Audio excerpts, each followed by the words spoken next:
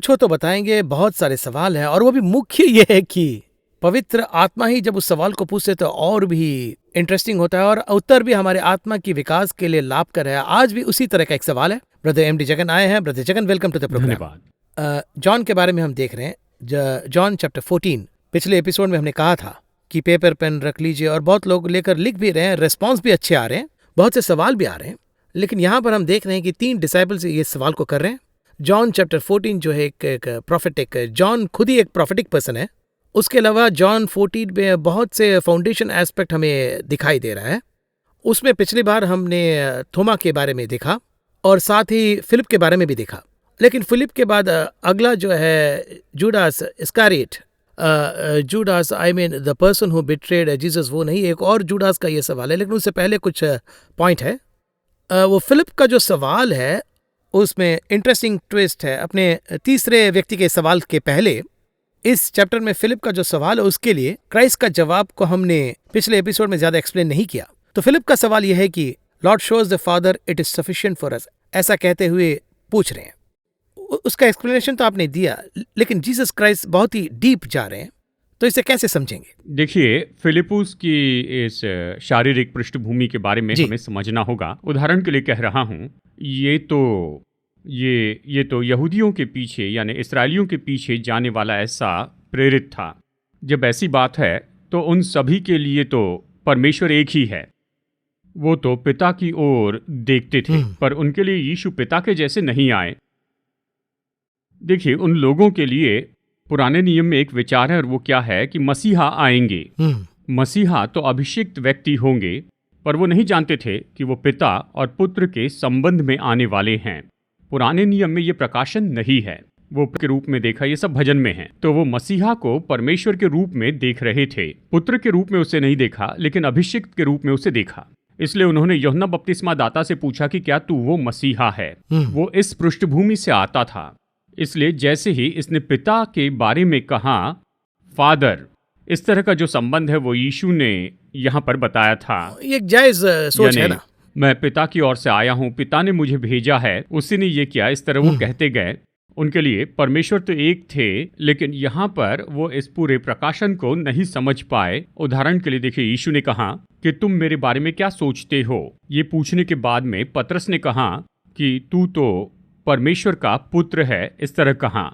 तब मसीहा ने कहा, लहू और मांस ने ये तुझ पर प्रकट नहीं किया, स्वर्ग ने प्रकट किया। इसका अर्थ ये है, तुम समझ गए कि मैं पुत्र हूं, लेकिन पूरे हृदय से समझकर तुमने ये नहीं कहा, दिल की गहराई से नहीं कहा। उसे प्रकाशन मिला था, उस प्रकाशन से तुमने ये कहा। कई बार हमारे जाने बिना हम प्रकाशन पाते हैं, भविष्यवाणी पाते। इस तरह उसने प्रकाशन पाया था कि वो उस पिता का पुत्र है। कहा, उसे समझने के द्वारा एक प्रकाशन आता है। बाइबल में आप देख सकते हैं कि वो परमेश्वर के पुत्र है। ये कितने लोग समझ गए, इसके पीछे कारण है। मार्था ने कहा, तू सर्वोच्च परमेश्वर का पुत्र है। देखिए, सूबेदार ने कहा, निश्चय ही तू परमेश्वर का पुत्र है, ऐसे कहा। अब देखिए, यहाँ पर पतरस कहता है कि तू परमेश्वर का पुत्र है, पर इन तीनों का तरीका अलग था। जब मार्था ने ये कहा, यीशु ने जो उपदेश दिए थे उसके द्वारा मार्था ने ये जाना था। इसलिए यीशु ने ये नहीं कहा कि तुझे प्रकाशन मिला है। पतरस के साथ ऐसा नहीं था, प्रकाशन था। सूबेदार के साथ ऐसा नहीं था। उसने जो घटना देखी थी उसके कारण उसने कहा, निश्चय तू परमेश्वर का पुत्र है। वो उस घटना को देखने के बाद कहता है, फेथ में, विश्वास से। तो फिलिपुस की जहां तक बात आती है, जो उसके साथ था, तू परमेश्वर का पुत्र ही है, उसके लिए 100% बात नहीं थी। पिता पिता पिता कहता है। अब आपको एक और विषय को अच्छे से समझना होगा। कहिए कि आप किसी कॉन्फ्रेंस में या सेमिनार में जा रहे हैं। जब आप जाएंगे, वहां पर कोई एक क्लास होगी, वो आपको एक कुर्सी पर बैठाते हैं, आपको गेस्ट स्पीकर का आदर देते हैं, आप ही वहां पर संदेश देने वाले हैं। तुरंत क्या करते हैं? वो आपको सम्मान देते हैं, जबकि आप मीडिया में एक महत्वपूर्ण व्यक्ति हैं। मीडिया की कोई मीटिंग हो तो आपको अलग सम्मान देंगे, पर घर में बच्चे कैसे व्यवहार करेंगे? घर में तो पापा के जैसे कैजुअल रहते हैं, है ना? पिताजी आइए, पिताजी बैठिए, क्या इस तरह कहेंगे? सभा में कहेंगे, अश्विन जी आप आइए, सबसे पहली कतार में बैठिए। घर की बात ही कुछ और घर में अलग कहानी है ना। पानी भी मांगे तो कई बार नहीं लाते, 2-3 बार बोलने के बाद पानी आता है, पर यहाँ ऐसे नहीं, एक बार मांगने पर ही तुरंत पानी लाते हैं। अब मसीह यीशु उनके साथ में 3.5 साल तक रहे थे, इसलिए मसीह उनके लिए नॉर्मल हो गए थे। कैजुअल हो गए, कैजुअल हो गए थे, यानी साथ ही है वो ना। उनके साथ में थे। एक जगह पर आप देखिए, मसीह यीशु क्रूस पर जाने के बारे में बताते हैं। बोलने के बाद पतरस उसे बाजू में लेकर गया, यीशु को बाजू लेकर गया, कहा ऐसे तुम्हारे साथ नहीं हो सकता, ये कहकर वो उसे डांटने लगा। कौन किसे डांट रहा है? जी, पतरस यीशु को डांट रहा है, जी। बाजू में ले जाकर। देखिए, इसके बारे में वचन बहुत ही सुंदर तरीके से कहता है, यीशु ने मुड़कर उसे देखा। तो वो उसे कैसे ले गया? एक्चुअली फिजिकली शारीरिक रीति से फ्रेंड्स जब अपना धक्का देते हैं तो मित्र जैसे उसके कंधे पर इस हाथ तरह नहीं रखकर कहते हैं, ऐसा इस कहते तरह हैं। कहते हुए पीछे ले जाता है। यीशु ने कहा, शैतान मेरे पीछे चला जा, ऐसे कहा। वो उनके लिए इतना कैजुअल हो गए। अब इसके लिए वो इतने कैजुअल हो गए थे, ये परमेश्वर के पुत्र इस तरह उन्होंने उसे बड़ी बात नहीं समझा। उनके मन में, देखो ये तो हमेशा कहते हैं पिता पिता, इस तरह हमें उसे देखना है, तो वो ढूंढ रहा है, उसे खोजता है। ये हमेशा यही तो कहते हैं, पिता ने कहा, पिता ने कहा, पिता ने कहा। तो ये कहता है हमें पिता को देखना है। और इसलिए मसीह यीशु ने कहा, सुनो, तुम जिसे देख रहे हो वो पिता है। पिता जो है, देखिए अभी की भाषा में कहे तो ये कहेंगे वर्चुअल विजन। वो तो मैं ही हूं, तुम्हारी आंखों के सामने खड़ा हूं। उनके मन में पिता अलग और ये अलग थे। उसके लिए अलग सिद्धांत लाना पड़ा। आपने देखा होगा कि बहुत से लोगों के पास सिद्धांत हैं। वो लोग तो पिता को परमेश्वर के रूप में स्वीकार करते हैं, पर यीशु को परमेश्वर नहीं मानते। मसीह को पुत्र के रूप में स्वीकार करते हैं, हाँ वो उसके पुत्र हैं। वो इसके लिए क्या जवाब देते हैं अगर ये पूछे तो? मसीह ने कहा खुद को परमेश्वर कहा है, इस तरह कहते हैं। जैसे यहाँ पर कहा है, पिता और मैं एक हूँ, जिसने मुझे देखा उसने पिता को देखा है। क्लैरिफाई कर दिया। आज जैसे ये समूह कहता है कि वैसे नहीं, उस समय भी तो यहूदी लोग थे। उस समय के यहूदियों से कहते मैं परमेश्वर हूँ, तो वो क्या करते? पत्थरवा के लिए पत्थर उठाते और कहते तुम एक मनुष्य हो और खुद को परमेश्वर के पुत्र कहते हो, इसलिए पत्थर उठाते। तुम परमेश्वर की निंदा कर रहे हो, इस तरह से कहते।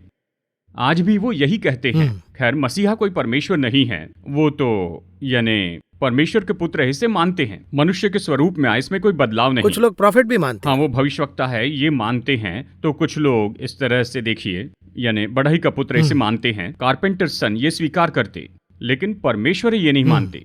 मसीहा ने कहा जिसने मुझे देखा उसने पिता को देखा है। वहां उसने ये प्रकाशन पाया था। वो बार बार ये पूछ रहा था। देखिए यहाँ पर इसका अगला वचन पढ़ते हैं, परमेश्वर अपने चेले से कहते हैं, उससे जिससे वो प्रेम करते हैं, कि वो उस पर विश्वास करे। देखिए नीचे ये कहता है वचन 11 में, मेरा विश्वास करो कि मैं पिता में हूं और पिता मुझ में है, नहीं तो कामों ही के कारण मेरा विश्वास करो, इस तरह से कहा। हाँ, believe me that I am the father and the father in me, और else believe me for the sake of the work themselves. मैंने जो काम किया, मैं जो कहता हूं उस पर विश्वास करो, या मेरे कामों के कारण विश्वास करो। बिल्कुल साधारण रूप में कहा। देखिए ये परमेश्वर अपने चेले पर क्रोधित नहीं हुए, उसे समझा रहे हैं। जो उसके साथ 3.5 साल रहा, वो सवाल पूछता है। ठीक है, वो उससे कहते हैं कि मैं ही पिता हूं, पर इसे समझने के लिए उसमें परिपक्वता नहीं, क्योंकि उसमें पवित्र आत्मा नहीं था, वो खुला नहीं था। आज पवित्र आत्मा आने के बाद भी कुछ लोग खुले नहीं हैं। कितने लोग त्रिएकता के 3 व्यक्तित्व को स्वीकार करते हैं। वो कहते हैं क्या 3 परमेश्वर है? 3 परमेश्वर नहीं, 3 नहीं, एक ही परमेश्वर है। लेकिन मसीह यीशु और पिता ये तो 2 अलग व्यक्तित्व हैं, लेकिन साथ में हैं। आज बहुत से लोग इस बात को नहीं समझ रहे हैं। यहाँ पर यह बात समझने में इन्हें मुश्किल हो रही थी, क्योंकि तब तक पवित्र आत्मा नहीं आया था। लेकिन उससे प्रभु ने ये कहा, सबसे पहले मुझे देखो, मुझे देखा तो पिता को देखा है। यही तो सारे सवालों का जवाब था। दूसरी बात, मेरे वचन पर विश्वास करो। मैं जो कह रहा हूं, किस पर विश्वास? मैं जो कह रहा हूं उस पर। सोच कर देखिए, अब तक मसीह ने जो भी वचन कहे हैं उसमें कुछ गलत नहीं, सब कुछ क्लियर है। ऐसा कोई मनुष्य और परमेश्वर जिसने कभी कोई झूठ नहीं बोला, वो तो मसीहा है। कहते हैं मुझ पर विश्वास करो, मैं जो कहता हूं वो सत्य है। तीसरी बात कही, ठीक है तुम मेरे वचनों पर विश्वास नहीं करते हो, तो कम से कम मेरे कामों को तो देख लो, क्योंकि ऐसे काम और कोई नहीं कर सकता, केवल पिता कर सकते और मैं कर रहा हूं। इसी को रेवलेशन में आप लगातार दिखाते आ रहे हैं। प्रोफेटिकली सब कुछ घटित होते आ रहा है। जी कुछ भी मिस नहीं हुआ। कुछ मिस नहीं हुआ। मसीह ने, बाइबल में कितना सच्चाई है ये। मसीह ने जो भी कहा वो पूरा हुआ। जी हाँ, हो रहा है, पूरे हो रहे हैं। जो कुछ कहा वो हो रहा है, इसलिए विश्वास करें। फिर अगला है, उसने जो भी कहा वो सारे काम हमारी आंखों के सामने हो रहे, ये कहा। ठीक है, बाइबल में जो कहा है तुम उस पर विश्वास नहीं करते, पर जो भी लिखा है वो हो रहा है, उस पर तो विश्वास करो। कितने सुंदर रूप में ये, यानी हमारे विश्वास करने के लिए स्वर्ग ने कितनी जोखिम उठाई, जरा सोचिए। यहीं पर यहाँ फिलिप्पुस से कहा, बहुत ही स्पष्ट कह दिया, पहले मुझ पर विश्वास करो, मेरे वचनों पर विश्वास करो, नहीं तो कम से कम मेरे कामों पर विश्वास करो। मैं ही पिता हूं, यानी पुत्र और पिता तो एक ही हैं। उसने जो सवाल पूछा था उसका ये सुंदर जवाब है। बहुत डिटेल में है। इस वचन को हम बहुत ही हल्के में पढ़ लेते हैं, पर अंदर जाने पर ही पवित्र आत्मा की इतनी गहराई है हमें समझ में आता है। अब इसके साथ में पिछले एपिसोड को भी देखना होगा, क्योंकि मूसा का और फिलिप्पुस का कनेक्शन या समानता बताई है। मूसा ने जो सवाल पूछा, फिलिप्पुस ने जो सवाल पूछा, एक ही है। मैं तेरी महिमा देखना चाहता हूं, और इसने कहा मैं पिता को देखना चाहता हूं। चट्टान के पास उसने मसीह से पूछा, यहाँ पर मसीह के सामने उससे पूछा। वहां वो चट्टान के पास गया, यहाँ पर मसीह के पास आया। Same scene. मूसा की बात को हम बहुत बड़ी बात देखते हैं, यहाँ फिलिप्पुस ने जो सवाल पूछा इसे बहुत ही सरल रूप में देखते हैं। वहां उसे दिखाई गई, यहाँ दिखाने की जरूरत नहीं, वो देख रहा था। तो लेकिन सेम सीन तो एक है, लेकिन अभी हम इसमें इस कैरेक्टर को देख रहे हैं। अब सवाल यह है कि हम क्या पूछ रहे हैं। मैं कहूंगा वो जो सवाल है वो तो सच में यही कहूंगा, द मोस्ट वैल्यूएबल क्वेश्चन। हम क्या पूछ रहे हैं, हम क्या कह रहे हैं। उन सबने तो पूछ लिया, लेकिन हमारा सवाल क्या है। देखिए, ये वचन बहुत ही सुंदर है। पिता को हमें दिखा दे तो यही काफी है, कहा उसे देखे तो बहुत है, बस। ये कैसे? सेटिस्फैक्शन, तसल्ली। एक और जो आमतौर पर आजकल देखते हैं, ऑफ कोर्स मैं इस सवाल को मैंने प्लान नहीं किया, स्पॉट में पूछ रहा हूँ। स्पिरिचुअल वॉक में जो है उनको ही एक ऐसी जिंदगी मिलती है जिसमें कोई संतुष्टि नहीं है। मतलब स्पिरिचुअल वॉक में तो डीप वो है ही, प्रभु के साथ में है, लेकिन उनके अंदर ये जो अभी फिलिप जो पूछ रहे हैं ना, बस देखने से काफी है कह रहे हैं ना। स्पिरिचुअली कुछ लोगों को अब भी वो सेटिस्फैक्शन नहीं मिलने का कारण क्या है, क्यों वो मिस हो रहा है, लेकिन वो उसमें अंदर स्पिरिचुअली है। प्रभु से प्रेम नहीं करते। ओहो, क्राइस्ट से प्रेम नहीं क्या कह रहे? देखिए, इसके लिए मैं एक अच्छा उदाहरण देता हूँ। ऐसा क्यों? क्योंकि प्रेम करते हैं इसीलिए तो इतना डीप जाते हैं ना। मैं बताता हूँ। देखिए, ये उदाहरण एक निगेटिव दृष्टांत के जैसे है। अच्छा ठीक है, ओके। लड़का लड़की आपस में प्रेम करते हैं। एक लड़का लड़की प्रेम करते हैं, बहुत गहरा प्रेम करते हैं।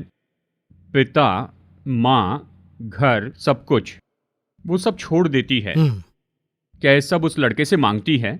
पिता के घर में मैं रानी जैसी थी, तुमने मुझे यहाँ पर रखा है। लेकिन वो उससे इतना प्रेम करती है, उसे जहां भी रखे रहती है। झोपड़ी में भी रखेंगे तो रहेगी। कहा जाए तो ऐसे करने वाले मुश्किलें झेलते हैं। मैं कह रहा हूं आने के बाद में। देखिए, इतने साल से ये सब गलत है, नहीं करना चाहिए। हम इसे एनकरेज नहीं कर रहे हैं। एनकरेज नहीं कर रहा, नकारात्मक दृष्टांत है। देखिए, इतना सब कुछ, पिता, माँ, भाई, बहन, घरदार, सब कुछ। मैं कह रहा हूं बड़े घर के बच्चे, सोफेस्टिकेटेड बच्चों के बारे में। एक समय ये सब कुछ छोड़कर 1 साल प्रेम करके या 2 साल प्रेम करके ये सब छोड़ देती है। वो शादी करके उसके साथ रहती है, यानी वो उसके साथ में रहती है, मुश्किलों का सामना करती है। पहले अपने घर में ब्रेकफास्ट खाती थी, लेकिन अभी यहाँ पर चावल का पानी पीना पड़ रहा है। पर वो लड़की बड़ी खुशी से ये सब करती है। कौन सी लड़की बड़ी खुशी से इसे करेगी? वही जो इन सबसे बढ़कर उससे प्रेम रखती है। उससे ज्यादा प्रेम करती है, इसलिए वो इन दूसरी बातों को बड़ी बात नहीं समझती है। जानते हैं कौन सी लड़की वापस आती है? जो पति से बढ़कर अपने घर को बड़ा समझती है। यही उदाहरण यहां पर मैं बताता हूं। यदि आप मसीह से प्रेम रखते हैं तो ये सब कुछ नहीं पूछेंगे, इन सब के बारे में नहीं सोचेंगे, क्योंकि मैंने मसीह पर विश्वास किया, उससे प्रेम रखा। ये मुझे जहां भी रखे, वो पति उसे अच्छी जगह रखना चाहता है।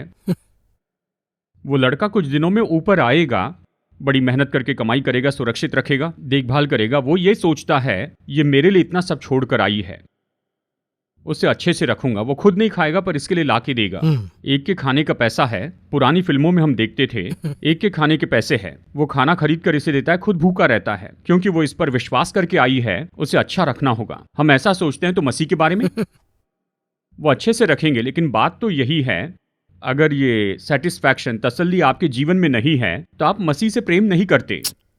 मसीहा से प्रेम करने के बजाय आज देखिए, जैसे कि दूल्हा और दुल्हन शादी करते हैं, जब बेटी के लिए रिश्ता देखने जाते हैं तो किस बुनियाद पर देखने जाते हैं?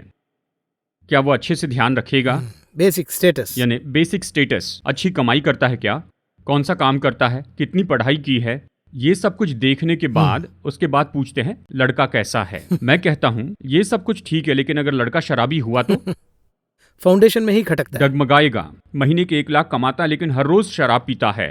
ओह, महीने के 2 लाख कमाता है लेकिन वो हर तरह के अनैतिक काम करता है फाउंडेशन ही खराब है ना। परिवार के लिए मैं ठीक यही नहीं कह रहा हूँ, थोड़ी तनख्वाह कमाता है लेकिन बहुत ज्यादा तो नहीं कमाता, पर पत्नी से प्रेम रखता है, तो कौन सा जीवन अच्छा होगा।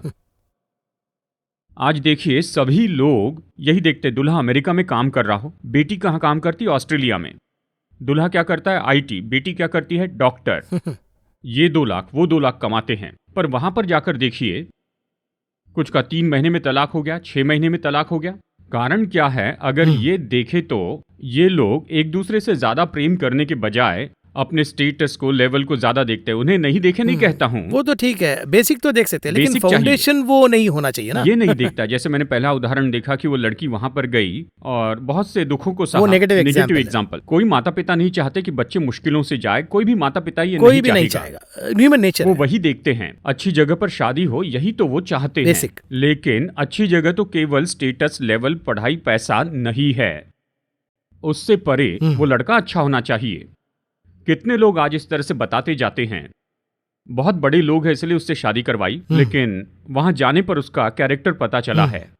सबने कहा लड़की बहुत अच्छे परिवार से, बाद में पता चला कि वो कितनी बुरी है। लोग कहते हैं ना, अब यहां पर समस्या क्या है, हम किसे ज्यादा महत्व देते हैं। आज वो मसीह से बढ़कर दूसरी बातों को देखते हैं, इसलिए कहता हूं वो मसीह से ज्यादा प्रेम नहीं करते। सो वो फाउंडेशन खटकने के कारण ही स्पिरिचुअली अंदर जाने पर भी उन्हें सेटिस्फैक्शन नहीं मिल रहा है। नहीं, उनमें नहीं है। तो ऐसा इसे समझे क्या ब्रदर, स्पिरिचुअली सेटिस्फाइड अगर रहना है तो मैं क्राइस्ट से अगर प्रेम करूं तो 75% नहीं 100% मेरे लिए, बाकी सब सेकेंडरी है। आपने ये वचन बताया था ना, seek ye first the kingdom of God, प्रभु को, फिर जो भी जरूरत होगी वो देंगे। मैंने इसी तरह से कहा ना, कुछ नहीं है फिर भी सोचता है कि पत्नी अच्छा खाना खाए, वो खुद देता है ना मेरे परमेश्वर, जिसके लिए संसार का सब कुछ छोड़कर हम उसके पीछे आए हैं।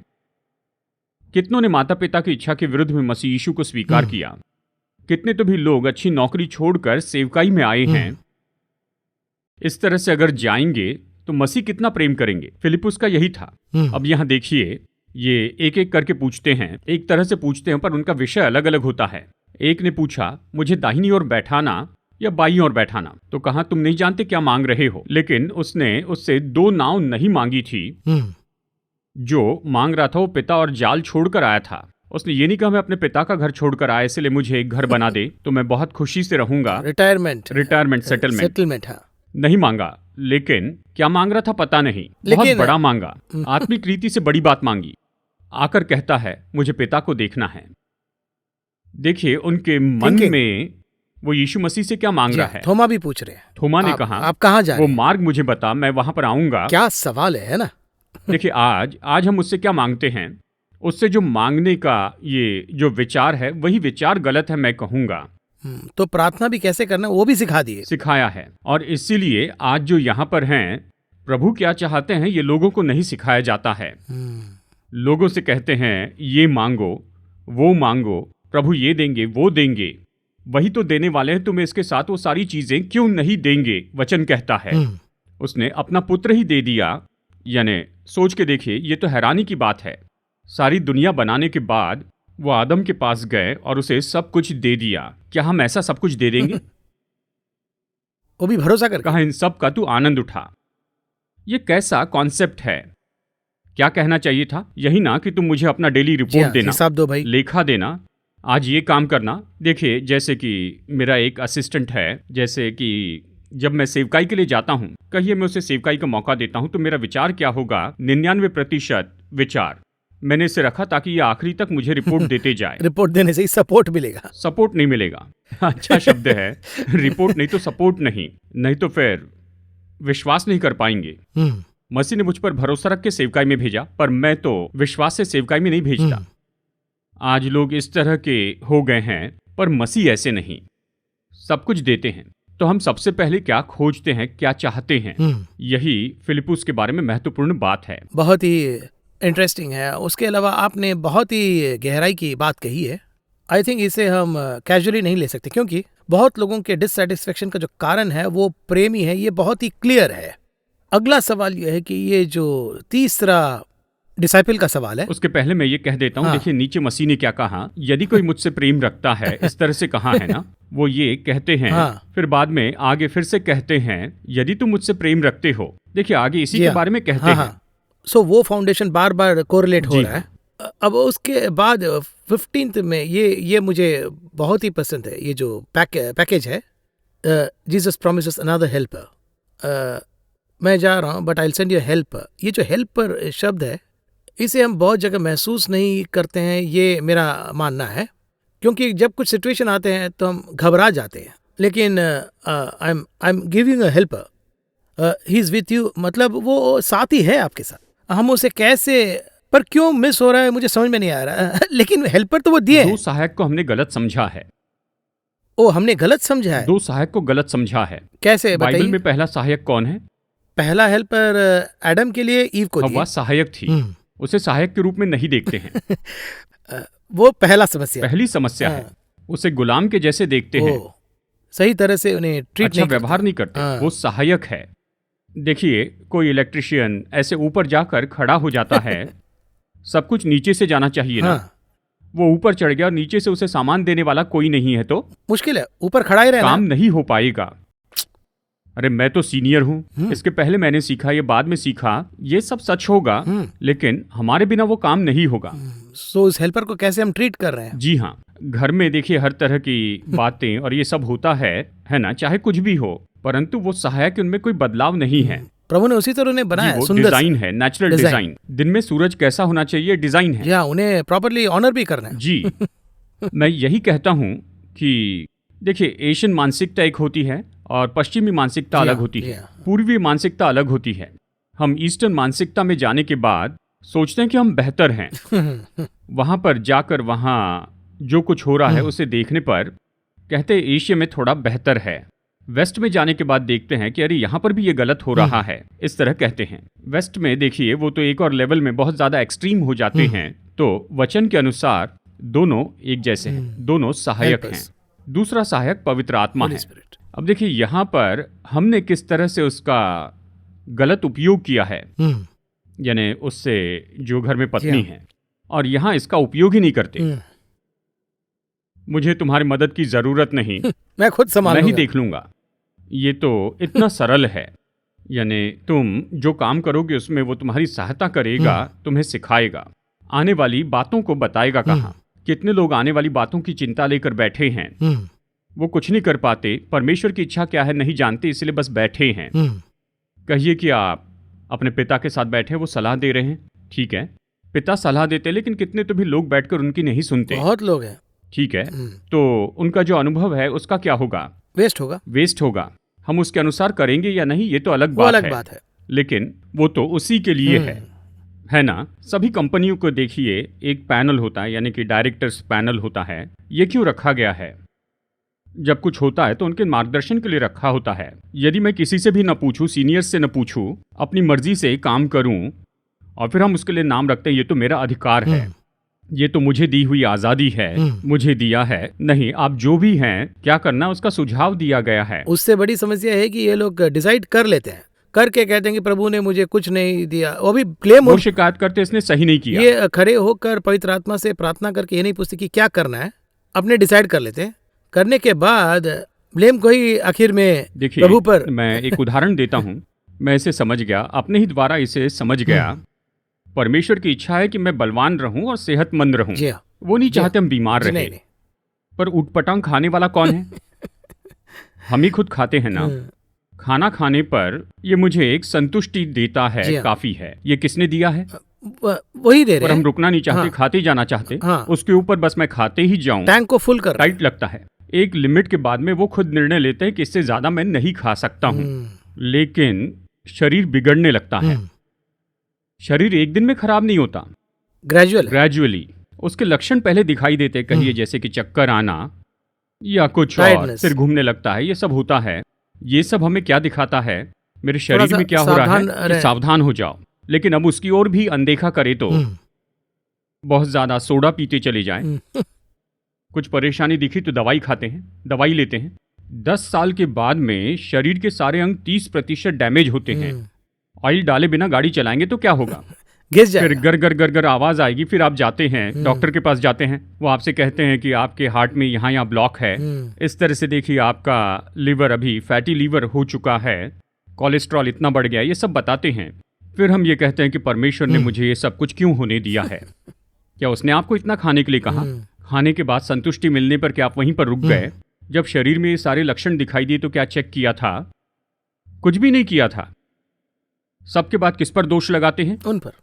इसी तरह से आत्मिक रूप में भी होता है। प्रभु ने यही बताया है, सेवकाई में उससे पूछ के ही हमें संदेश देना है, उससे पूछकर सेवा करनी है, उसके कहने के बाद ही हमें जमीन खरीदनी है, चर्च बनाना है और फिर सेवकाई करनी है। प्रभु ने जितना कहा है उतना ही करना है। आराम करने के बाद जी, शुरू करने के बाद में वो पूछते हैं। आपने देखा होगा, लिखते हैं in the presence of, pastor का नाम होता है, पास्टर उस शहर में नहीं होते हैं, वो कहीं और चले गए होंगे, लेकिन वहां शादी लगाने के लिए उपवास को जरूरी नहीं बनाते हैं। इन द प्रेजेंस ऑफ इस तरह लिखते हैं, वो शादी लगाते पर पास्टर वहां नहीं है। इसी तरह से उसके नाम में देखिए, वो खुद इस विषय को नहीं जानते हैं, जाते हैं, लोन लेते हैं, ये और वो करते, बड़ी समस्या में पड़ते। प्रभु की सेवा के लिए इतना लाखों का कर्जा लिया, प्रभु कहते हैं क्या मैंने तुझे करने के लिए कहा? कुछ लोगों को देखिए, करोड़ों करोड़ों रुपए निवेश कर देते हैं, वहां जो विश्वासी बैठे हैं उन्हें निचोड़ते हैं, ये और वो करते जाते हैं, और अंत में क्या होता है पूछे तो विश्वासी लोग ये हमसे ये करने के लिए कहते हैं, ये कहकर चले जाते हैं। लोग तो चले जाते हैं, प्रभु ऐसे पर यहाँ पर पूछते तो वो हेल्पर को ही रखे हैं, वो ये सब करने की राह देख रहे हैं। एक और शब्द है provider, he is a provider, प्रयोजन करता। He knows very well. माँ के गर्भ में रचने के पहले ही मैंने तुझे चुन लिया, ऐसा वचन है। तुम कुछ भी नहीं करना, इस तरह से नहीं कहा। कहते पहले उससे पूछ लो, मुझसे परमिशन लो, मुझसे अप्रूवल लो, तुम मुझसे एनओसी ले लो, एक परामर्श, सलाह लो, लेकिन हम पूछते ही नहीं।